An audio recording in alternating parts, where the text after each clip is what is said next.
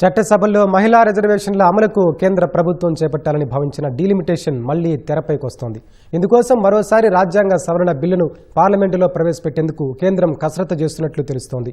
అత్యున్నత స్థాయిలో ఇప్పటికే సంప్రదింపుల ప్రక్రియ పూర్తయినట్లు సమాచారం. ఈసారి 133వ రాజ్యాంగ సవరణ బిల్లుగా దీన్ని తీసుకురానున్నట్లు తెలుస్తోంది. గత బడ్జెట్ సమావేశాల్లో ప్రవేశపెట్టిన 131వ రాజ్యాంగ సవరణ బిల్లు ప్రతిపక్షాల వ్యతిరేకత కారణంగా వీగిపోయింది.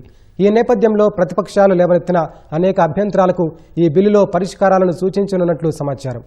1971 జనాభా లెక్కల ప్రకారం ప్రస్తుతమున్న అంతర్రాష్ట్ర సీట్ల నిష్పత్తిలో ఎలాంటి మార్పులు లేకుండా బిల్లును రూపొందించినట్లు తెలుస్తోంది. బిల్లు ఇప్పటికే సిద్ధమైందని 55, 81, 82, 170, 330, 332, 334A ఆర్టికళ్లకు ఇది సవరణను సూచిస్తుందని తెలుస్తోంది. అందరికీ సమానంగా లోక్సభ, రాష్ట్రాల అసెంబ్లీలో 50% సీట్లను పెంచేలా ప్రతిపాదనలున్నట్లు సమాచారం.